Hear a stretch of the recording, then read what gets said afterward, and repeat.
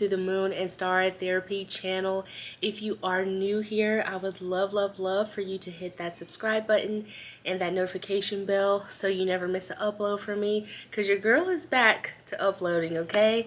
And if you are not new here, then hi ladies and guys, welcome to a new video after a much needed hiatus. Your girl has been off of YouTube for a while and honestly I'm a little bit nervous today making this video. I'm never nervous with making videos, but for some reason today I'm a little bit nervous. Maybe it's because of the topic that I'm talking about is maybe why I'm a little bit nervous, but I am very excited to be back on camera and sharing and talking about things that I believe are transformative, things that I've learned, lessons that I've learned to help anyone who has been or is currently going through the things that I have been through. I hope it helps. One of the reasons why I don't mind, taking breaks when needed, because a lot of times when you are going through transformative things, sometimes you do need that time of self-reflection and going inward, and that's one of my favorite things to do, especially as a Virgo, okay? We like to take time for ourselves for deep reflection of, things that are happening in our life. And so your girl has been busy with just a lot of changes, a lot of life changes and school. You all know that I am still in school full time. I work full time. I also have a toddler who's 3, so I'm really busy. And in the mix of that, I'm just, have been going through a lot of transformative changes. I would say the last 3 years have been very hard for me, despite my smile and my pleasant and positive demeanor that I always try to carry and share with others. I have been going through a lot of tough things, but I'm so happy for the lessons that I've learned and in all the ways that I've grown, and I'm super excited to share those changes with you. So one of the things I mentioned, if you're not following me on Instagram, make sure you're following your girl on Instagram and TikTok. I'll make sure that I leave those links down below for you. But one of the things that I have had the green light to share and been kind of nervous about sharing and opening up about, of course, is you all know that I am currently, going through a divorce, okay? And so my God and my spirit team have given me the green light to share in a way that it is helpful, not in a way to talk about anyone or bring anyone down or badmouth the person that I was in a relationship with. However, in a way where I can help anyone who is currently contemplating about divorce, of whether you think it's the right thing that you should do, whether you've gone through a divorce, and some of the things that I say might help you to heal and revisit some things inwardly that you never have thought about, okay? So your girl is going through a divorce, okay? It's been a minute, okay? I've been going through it for a while. I just didn't feel like it was the time to share or open up about it. It's something that I really wanted to deal with in private. I didn't want any outside influences influencing my decision. I didn't want my parents' influences, my friends, my family. I really only wanted to be me and God and what I wanted. And the thing about God is when you start working and healing on yourself and you give God permission to take you from good to great, a lot of times you will be forced to face things that you really been scared to take a deeper look at, and that is what happened to me, okay? And so I'm just going to share some things that I've learned, going through this process.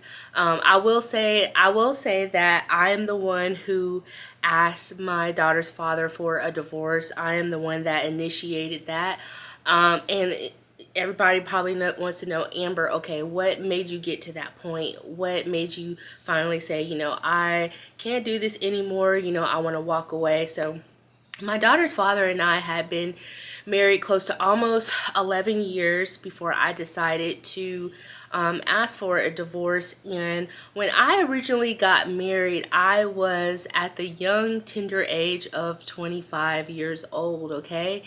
And when one of the biggest things going through this process for me has been it has been a little bit of like beating myself up for not seeing things that I see now, or not being honest with things that I have been honest with now.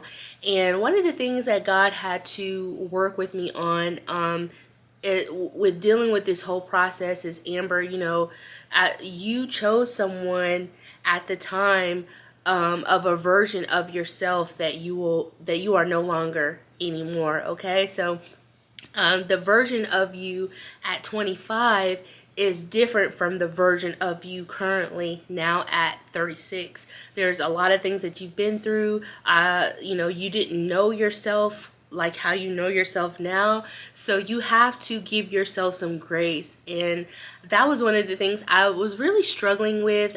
Just feeling, if I could be honest, just feeling a little bit of shame and a little bit of guilt that, and I think that comes with, getting divorced, because nobody gets married, to get a divorce. Okay. And there's this kind of, I don't know, this kind of like scarlet letter sometimes that comes with, getting a divorce, like a mark. Okay. And, God has really been working with me over the last 2 years about, feeling no shame.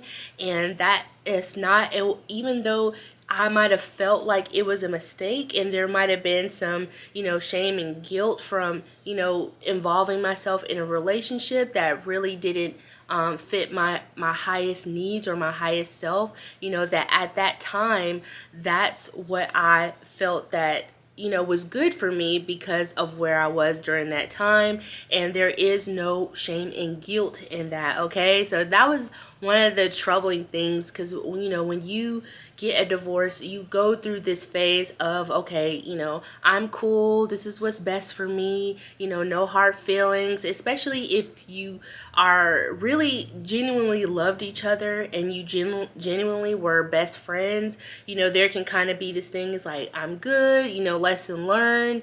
We both learn lessons. We both have benefited from things in this relationship. I'm fine. And then after that initial thing, it's okay, there's these triggering things that come up. I was like, okay, why did I choose this person in the first place? Or, what did I see in this person that allowed me to get here? And then there's a lot of self-reflection that comes, during that process of, okay, what in me, was going on where I allow myself to be in a situation that didn't suit me. Okay, so that was one of the hardest things for me with growing. And I feel like I'm at a place where I understand that, hey, Amber, you were 25 years old.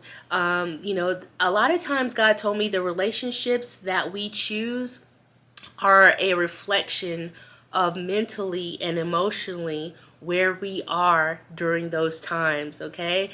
And when I got married, I was just this big positive, young ball of energy. And I had, been in a lot of been in a environment with my mother figure that was not healthy. It was emotionally abusive. And after coming out of that and getting myself together and going to hair school, I met someone that kind of went through the same similar things as me when it comes to like childhood trauma and childhood wounds and generational curses and things that we've been through. I met someone who was going through those same things as me. And the idea that I had was, okay, if I know what it feels like to, go through emotional trauma and family trauma, and I know what it's like to not have love, all I want to do is love and be loved. And, I'm thinking that a person who has went through the same things as me, wants those same things. And I believe that, my daughter's father did. We both wanted to be loved, but the biggest lesson that I've learned from this is just because someone wants to be loved doesn't mean that the person knows how to give love. Just because a person wants to feel, doesn't want to feel abandoned or rejected, doesn't mean that person won't make you feel abandoned or rejected. Just because a person doesn't want to be lonely doesn't mean that they know how to provide that for you. And that was another hard lesson that I had to learn with when you get with a partner and you guys both have been through similar family issues and similar family traumas. The way that the relationship is going to go is dependent on the inner work of yourself. I can say that at 25 years old, I definitely wasn't the most confident. Just because, I mean, I had a level of confidence to myself, don't get me wrong, but there was still a lot of inner work that I had to do with knowing who Amber is and being confident with Amber and going after Amber's goals, okay? And I would definitely say that that had an impact on the relationship. Another lesson I've learned is, just because you get in a relationship doesn't mean that the self-love stops. Doesn't mean that, you don't continue to put yourself first, okay?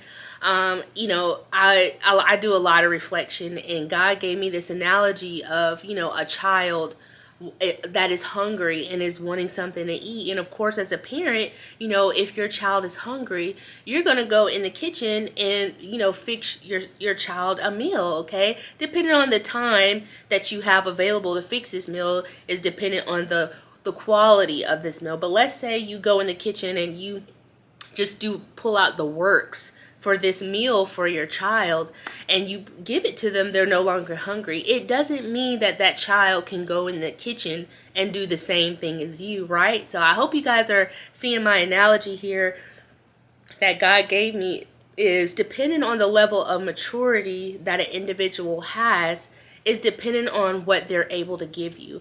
A person can only provide for you in a relationship what they are already providing for themselves. So if you have an individual who is consumed with, turmoil from childhood trauma, family trauma that has not been healed yet, if you are in a relationship with someone who is consumed with grief or sadness or depression and they haven't taken the steps to do that inner work, there is no room to provide what you need, that overflow of after filling their cup and filling their needs, that overflow that goes to you. There is none of that. And that's what I did not know at 25. And God said, it's okay, Amber.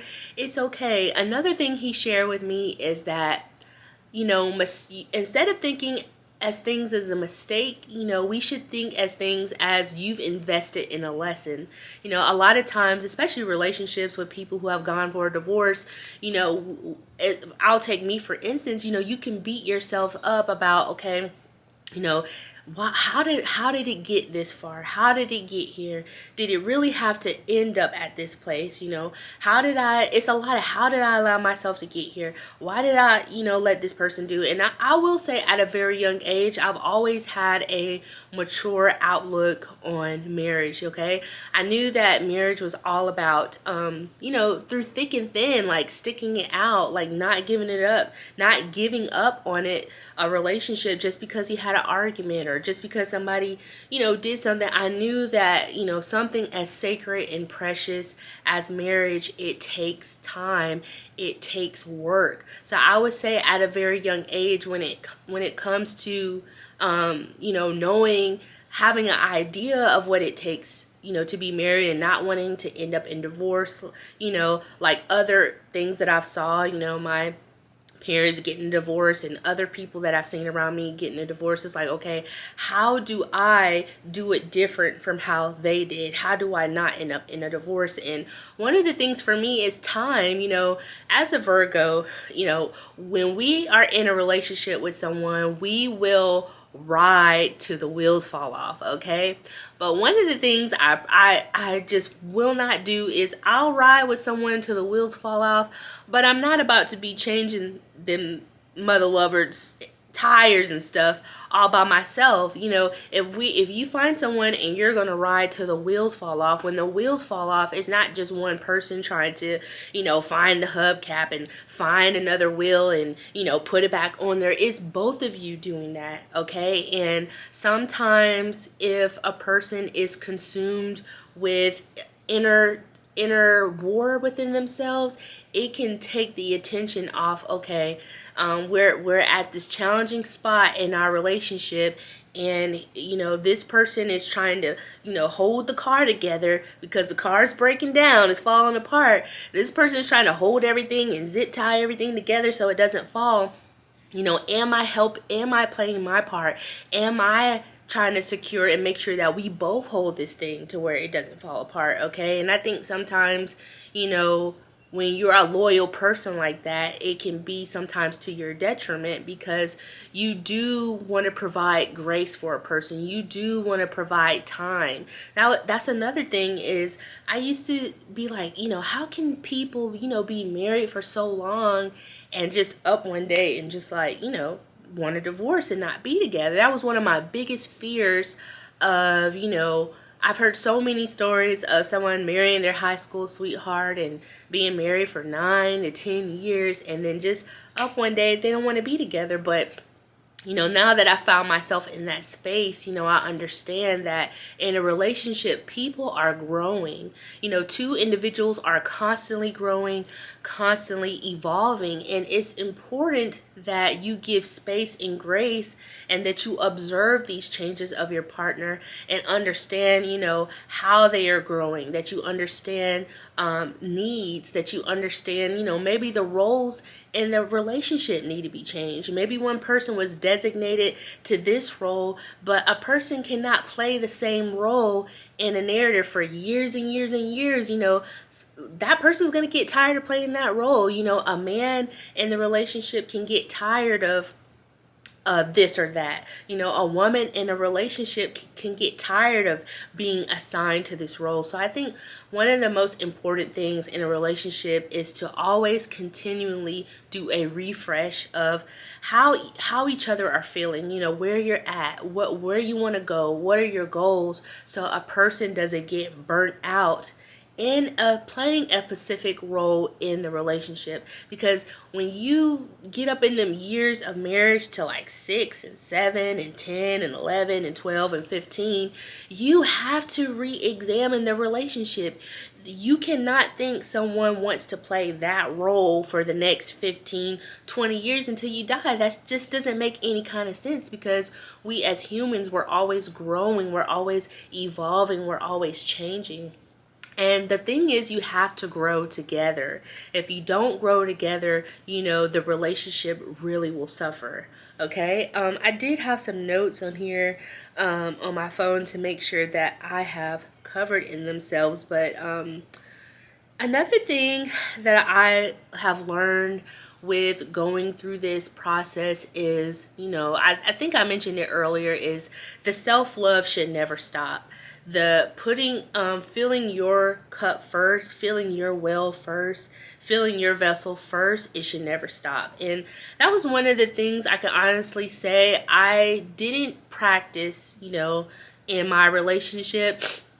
And I don't know, I can't say if it would have had an impact on not getting here, but I can say that, I don't know, maybe it would have had an effect somewhere. So I will say that in my relationship, I definitely was clingy, became needy sometimes, and codependent. And a lot of that had to do with the way that I was raised, the childhood emotional traumas that I've been through made me a kind of emotional codependent person. Okay.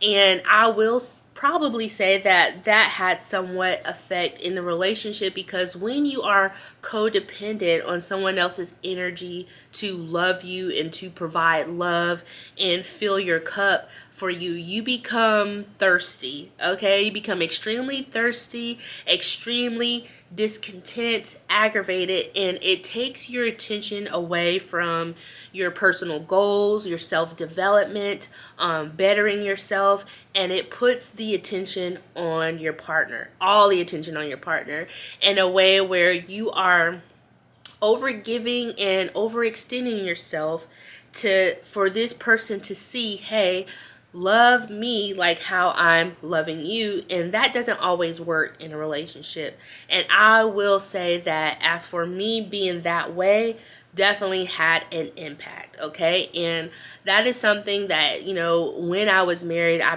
tried to do better and work on growing and, being less needy, being less codependent, and really looking to Amber, to make me happy instead of, trying to create this atmosphere in this space of doing everything I can, to make someone happy, doing everything I can to provide this happy-go-lucky, emotional, romantic space, thinking I'm going to get it back in return. Because again, like I said, if you have one partner that has an avoidant detachment style who is dealing with a lot of family or emotional trauma and a lot of inner turmoil and grief, there is no space for providing love and nourishment to the other person. Okay.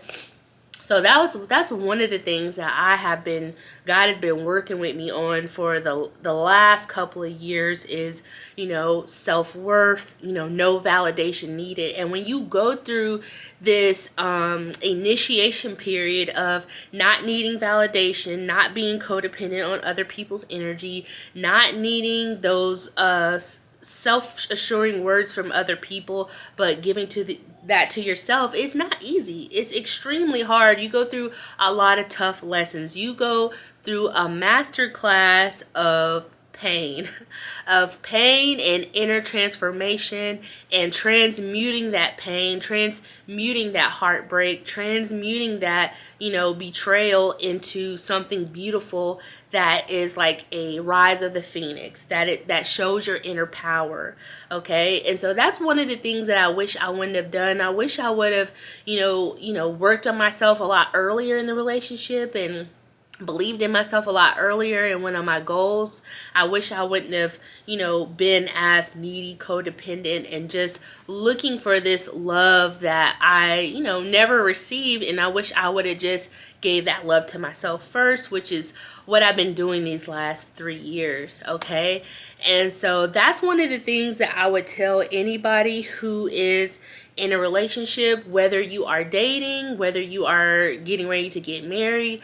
I will say that the self-love should never stop. You should always be filling your cup, because the thing is, we are vessels, right? And so because we are emotional vessels, the water that we are creating to fill our own vessels and to fill other people's vessels, it's inward. It's not something we can get externally. Okay, this water comes from within us. So when you are a person that is codependent on other people's energy and your level of emotional needs or your feelings is dependent on somebody else's, you are going to create this emotional water with inside of you, and you're going to just be you're just going to be dashing it, pouring it out on somebody, thinking that this person can give you that back. But again, like I said, if someone is dealing with inner turmoil,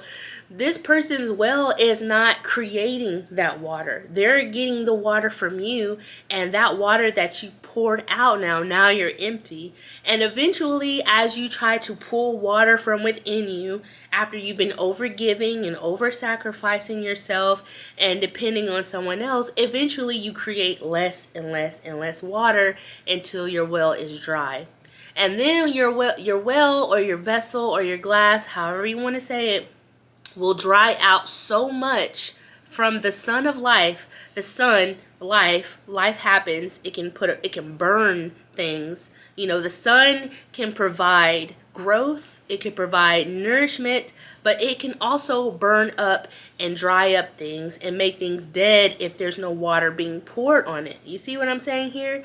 So eventually you try to create this emotional water within yourself until you're not able to create it no more. And eventually your well will dry up and crack, okay?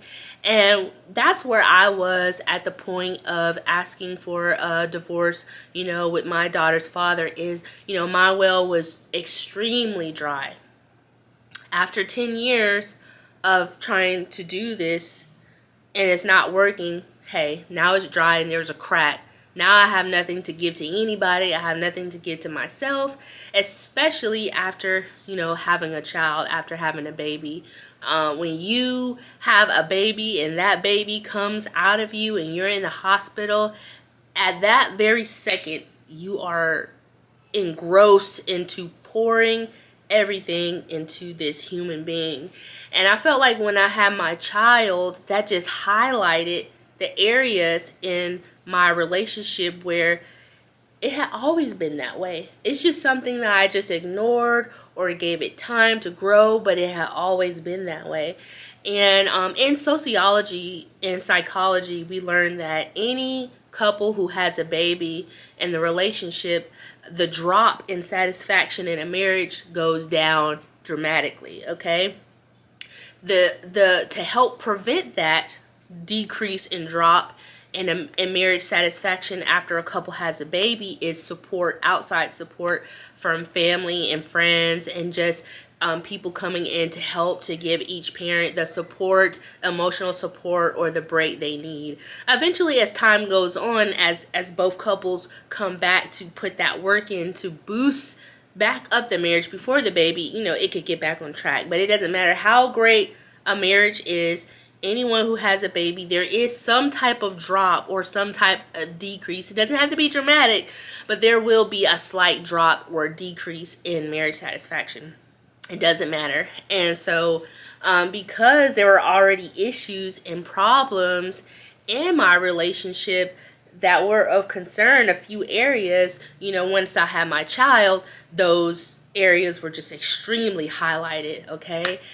And the thing is about when your well is cracked and it's dry and there's nothing there and you're just fed up and discontent and grumpy and angry and just feeling numb, of course you're going to ask God to intervene and step in.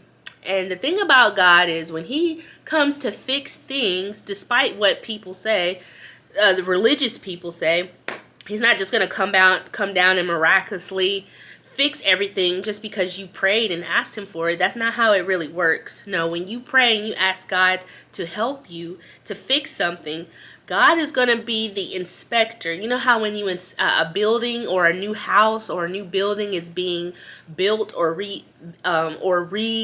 renovation is what I'm trying to say. An inspector has to come in and inspect every part of the house to see where any troubles are, where any issues are, and if everything is a go to move in and what needs to be fixed. And God comes into my life just like one of those inspectors, okay? And the thing about God is he's going to show you where the cracks are. He's going to show you, tell you what happened, and he's going to give you the recipe and the tools needed to fix it, okay? So God is just not going to magically fix it. He's going to say, come in, and he's going to inspect your heart like a building. And he's going to look at your well, at your vessel, and see where every crack or see where every problem is. And he's going to show you why it happened. He's going to put up a mirror and force you to see it. Hey, you see this right here? You see this right here? You see this crack right here? That needs to be fixed. If you don't fix this, this is going to be that, and that is going to be that. And that's basically what God did in my life. And that caused me to face the truth about certain things that no longer were serving me. And so when it comes to divorce, you have to see, okay, is this repairable? Okay, is this well repairable? Some repairs are patchable. You could come in and you could put the work in and they can keep going like new.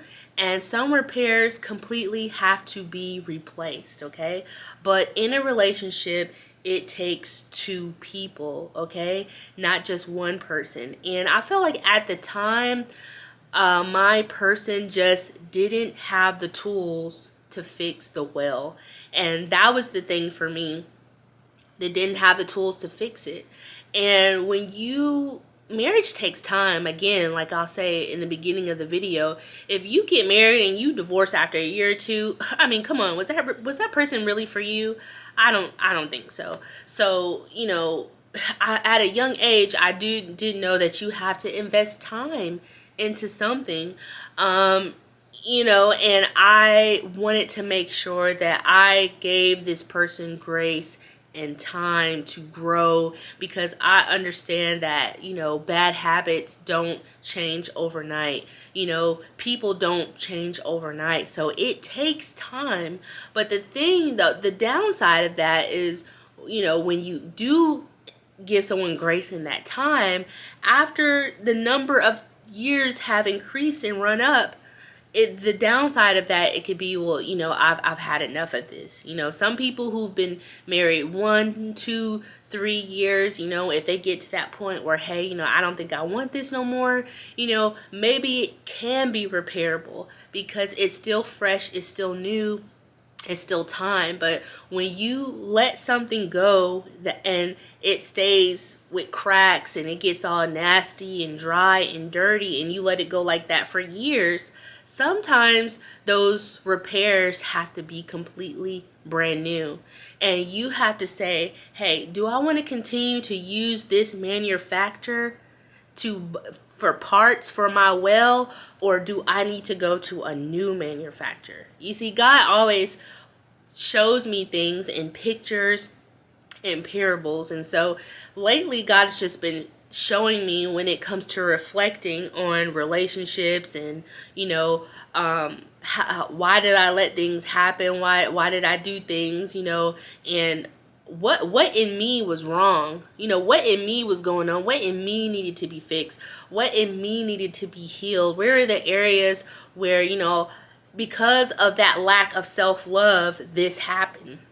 He will show me things in pictures and use parables. And he just really has lately been showing me a well and or a vessel. Okay. And so when I say manufacturer, I'm talking about your partner, your person. You have to decide, okay, is this manufacturer, do I want to go back to this manufacturer and get those parts to help fix this well? And sometimes the experience that you've had with a manufacturer is not good. Maybe you've called and asked for the part and that same part is not working. And I feel like when you get to that point of leaving, not even just divorce, leaving a relationship, saying that a relationship is over, even a business partnership, because a business partnership is just like a marriage. And let me say, there is a word that religious people use that I absolutely hate, I loathe, I despise hearing this word.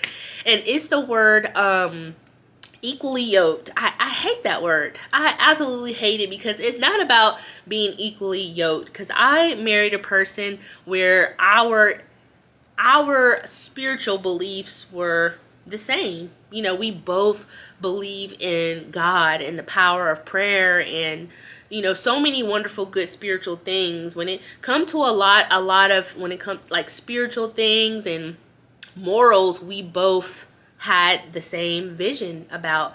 But I also learned that when you get married, you have to have things in common with your partner. It's the little things. I'm telling you, sometimes it's not these big things in a relationship. Sometimes it's the little things that can make or break a relationship. If you are having problems in your relationship and you don't have the same interests as your partner, that can hinder the relationship, because how can you come back together and get the relationship on track if you don't share the same similar tastes in food, music, things that you like to do in your personal time, hobbies? If we're having a rough time in the relationship and it's going dry and we need to invest that time in one another, how do we get it back on track if we are not in alignment or equally matched in the things that we like to do? So it's not just about spiritual, because you can get with someone who believes in God. You can get with someone who believes in Christ and Jesus. You can get someone who has the same political views as you. You can get with someone who shares the same child rearing views as you. But when it gets down to those little things, like where you want to go to eat, where do you want to spend your time when you're not working? Do you like to travel? Do you not like to travel? Do you like to get out of the house? Do you like to watch movies? How do you like to spend your spare time? Because that spare time is that time that couples can use to get the relationship back on track. And I feel like if you don't have those similar things, it can be kind of tough. It can be kind of rough. So I will say, me and my daughter's father, we did not share a lot of similar things when it comes to little things, like where it can bring us together and help us to have fun, in music and hobbies and things we like to do. I'm a family person. He's really not a family person because he didn't have that type of energy, relationship, storyline. He didn't come from that. You know what I'm saying? So those little things are really, really important. And when it comes to making that final decision, one of the y'all know I love me some Eric Thomas. I've talked about him for years on my YouTube channel, and he talks about when God is turning you into a diamond, when God is taking you from good to great, when God is putting that pressure on you, there's this final stage that happens, is the final cut. And I felt like the final cut for me in the self-transformation of Amber was me facing my relationship, because, me and my daughter's father, we truly love one another. We definitely care about each other's well-being, whether we're together or not. We care about each other's safety. And we work really well together as a team. When it comes down to it and it's time to get stuff done, we both get it done. You know what I'm saying? We just have that. And I think because of the level of friendship we had before we got married, helped us stay together for so long, because you're like, well, Amber, if there was these issues, these problems, how did it stay together for so long? Well, again, I told you, time. When you invest in something, especially like marriage, you had to give it time. And two, there's this level or a quality of friendship that you need to have in any relationship when you decide to merge your life with someone and invest in someone. And again, at a young age, I knew that marriage required time. I knew that marriage is not just about love. Marriage is a choice. I have made up in my mind that regardless of how you look, how much you make, what you do, as long as you're not hurting me or, doing illegal things that could destroy the family, as long as you're not, physically putting your hands on me and stuff, I'm going to be with you, because I made up in my mind that this is what I want to do. And this is not just an emotional choice, but this is a mental choice, that every day I'm going to choose you, no matter what. That is the mindset that I had at a young age, because people's looks change when you're married. You can gain weight, you can lose weight. You can have a lot of hair, you can lose your hair. You can make a lot of money and then your money can go away. One day you're mad at your spouse and their head might look a little bigger. Their eyes might look a little cocky, puffier, look like they got some type of, Down syndrome. And I'm not coming for anybody that has that. I'm just saying that sometimes, as you'll find out when you get married, that shiny, new, starry look, it can fade away. It's only the decision to love someone and to decide every day, I choose you, I'm going to be loyal to you, is what makes the relationship work. And I'm going to treat you how I treat myself. However, when you're dealing with individuals, human beings in general, when you have any type of how you were raised shapes how you're going to be in a relationship.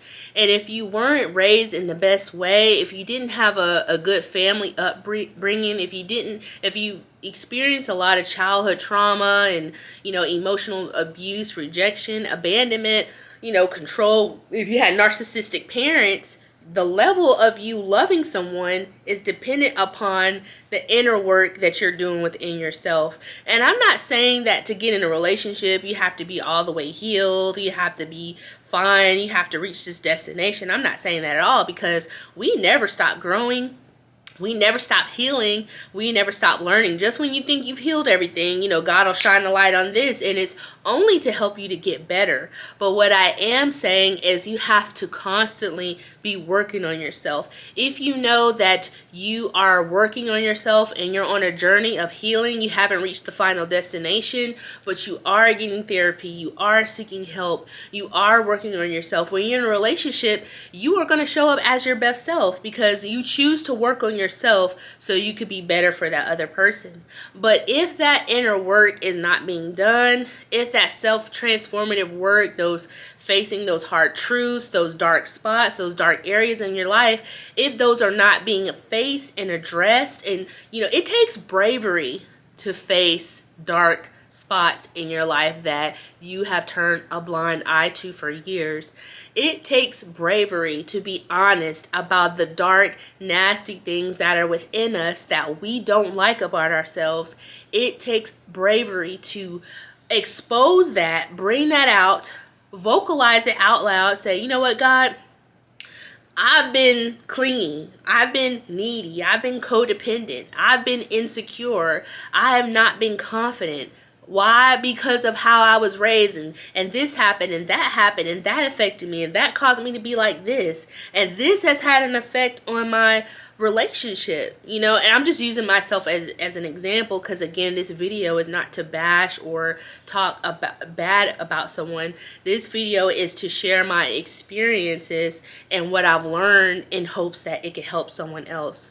If you are not brave enough to say, hey, I suffer with abandonment, depression, rejection. The first person who broke my heart was my mother. The first person who broke my heart was my father, and now I have a bad image or a bad outlook on men, or now I have a bad image or a bad view on women. If you're not brave enough to work on that and say that, it will have a trickle effect on everything you do. So you will realize that your life becomes a mirror and a reflection of what's going on internally, of what you're battling internally, okay? And the only nourishment and love and support that someone can give you is how they treat themselves. So if you have someone that doesn't love themselves and doesn't treat themselves good, they are not going to be able to do that for you.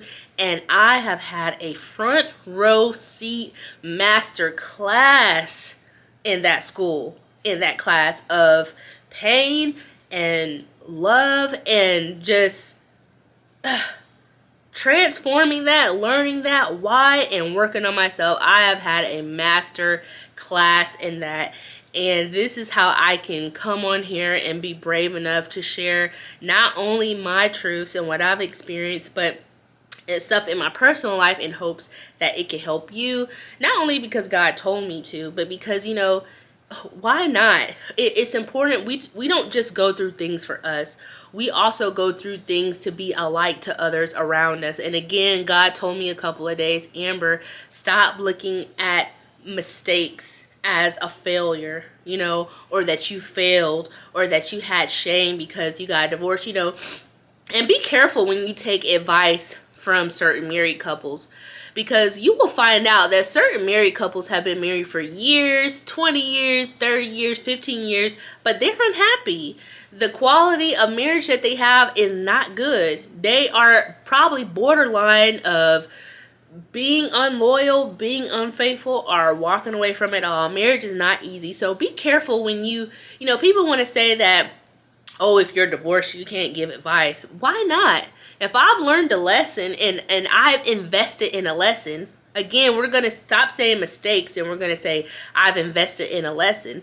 If I have invested in a lesson and I'm not repeating the same mistake, then why not share what I've learned? Why not share what has happened to me so that it doesn't happen to you, or that you could prevent it from happening? So we gotta change. There's a lot of things in society that we have to change and we have to stop saying, because we take this advice from married couples sometimes and they're not even happy. They're just staying together just to say they can stay together. They're just staying together for whatever reasons they're staying together. It don't even have to be nothing big. They could be staying together because it's comfortable, because it's too fearful to change everything. So you really have to be careful when you get advice from other people, get advice from people that you feel in your heart to ask. But again, you have to listen to that still voice. You have to listen to your intuition, and that intuition is going to be a stronger, more clear, concise voice, because that is the voice of God. That is the voice of your higher self, whoever you believe in. Okay, that is the advice of spiritual help from the other side, guiding you.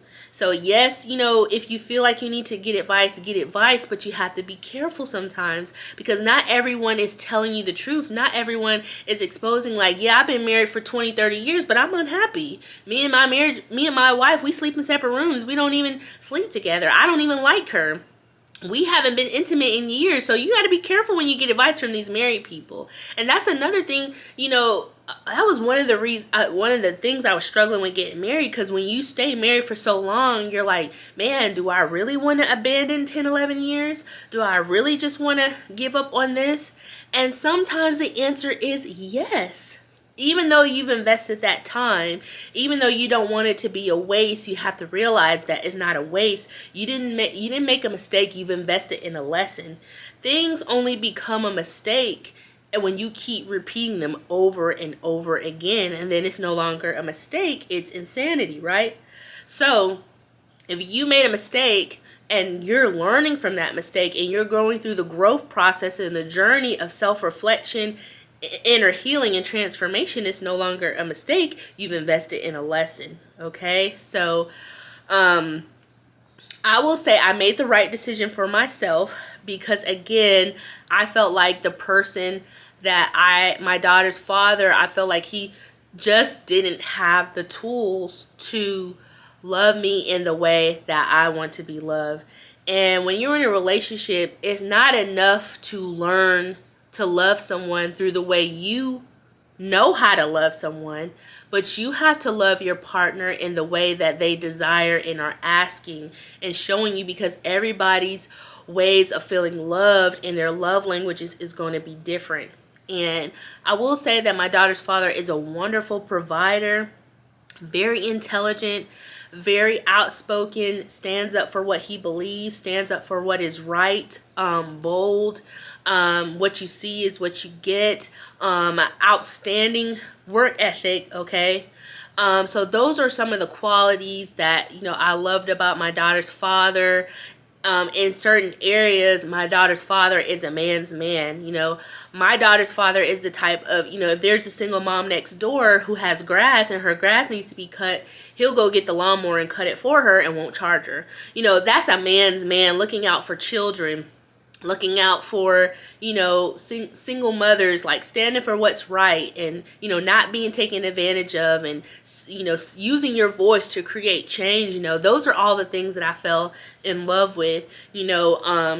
Just that being dependable when it comes to, like, counting on someone to get certain things done. Those are the things that, made me fall in love with this person. Those are the things, and that friendship, that, support, that believing in my dreams and letting me be free to flourish and do whatever you want to do. Amber, I'm not holding you back. Be the best you, don't focus so much on me. Those are the things that I fell in love with, but I'm a very emotional being there.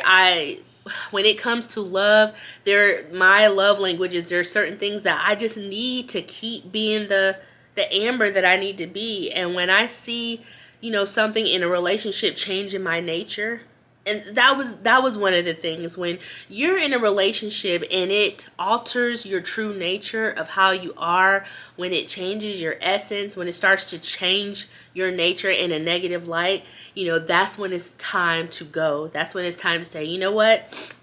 We've invested this time. I've appreciated the good and bad. I've learned a lot. We made a child. This child has the best of both of us. But I think it's time to close the chapter on this. And that's basically, what happened. And when you're in a marriage, the friendship is important, but also the love is important. The romance is important. And the issues and problems with marriage is going to be different from everybody. Some marriages might have the fire, but maybe not have the friendship. maybe not have the teamwork. Some relationships might have the physical parts down, but not have that emotional and that friendship, and that teamwork together. And some relationships might have that teamwork and that friendship, but no romance, no love. And that's the thing. It's a balance. You got to have both to keep a marriage going. You can't have one without the other. You can make a great team. You can work well together. You could be the best of friends, but you have to make sure that being the best of friends and being a team doesn't make you end up like roommates, because it can happen. I'm telling you. It can happen. And you got to make sure that if you're in a marriage and you have the physical part down, the intimacy and all of that, but there's no teamwork, there's no friendship, there's no communicating in a positive way with each other, there's no hearing each other out, there's no creating a space, then that doesn't matter either. You got to have both. You got to be lovers and friends. And going into whenever, God sees fit for me to, and it's not whenever God sees fit for me to be in a relationship, I do desire to be in a relationship. Do I desire to get married again? I will say I don't mind getting married again, but that's not the overall agenda or goal for me. If I find that special person and this person is truly in alignment with things that are important to me and what I need, desire, and the way that I would like to be loved, then yes, I don't mind. However, the quality of relationship is more important to me. And I feel like that's already because I've been married, When you haven't been married and you're still single and you're getting up in your 30s, middle 30s, and late 30s and 40s, it's like, the idea of marriage has stars around it. But when you've already been married, if you've already been that route, and it's not so much as getting married again. It's for me, I can only speak for myself. It's the quality of a relationship, because the quality of marriage you're going to have in saying I'm married, I have a husband, or I have a wife, is dependent upon the quality of relationship that you have. So I would say my focus as I'm getting older and moving forward, and whenever I do get in the next relationship, is going to be the quality of life. It's going to be the emotional support that I get. Are my love languages being met? Am I meeting my other person's love languages? Am I capable of providing my partner how they want to be loved? Because again, you can't love people in the way that you're only comfortable loving them. You also have to come together and figure out how you guys want to be loved, and can I provide that? So I do desire to be in a relationship again. I really do, because I don't know, I love that. And there are certain things in a relationship that I just never experienced. So I would say I do want to be in a relationship again. If it comes with marriage and the person is the right person, I'm for that. But the quality of a relationship is more of a focus for me. Do I want kids? Yes, I do. I do want one more, okay? 2 is max for me. So I got one more in me. So whenever that special person comes along and it's meant to be and it's right and it's in alignment and we vibe on the same energy, frequency, and we both want the same thing, similar interests, and we're just, we just want to be in each other's company all the time, then yeah, that's an option. But I hope this has been very helpful and very insightful. I hope I have shared a lot of things that made you think, even if you've never been married before and you're single. I hope there's some things that I shared that, you can take away. Just know that when you meet people, people's ability to love you is only going to be at the capacity that they are already love how they love themselves. What a person does for themselves is going to be a reflection of what they do to you. Never stop practicing self-love, and always make sure that you are continuing to fill your vessel, fill your well up, to where when it overflows, it's overflowing to the right person, okay? Always practice self-love. Never stop practicing that, and never stop working on yourself, okay? I hope this has helped, guys. I love you so much. Please feel free to leave questions, or comment on this video what you thought, what you took away from it. I hope you're having a wonderful day, and I'll see you in the next one. Bye.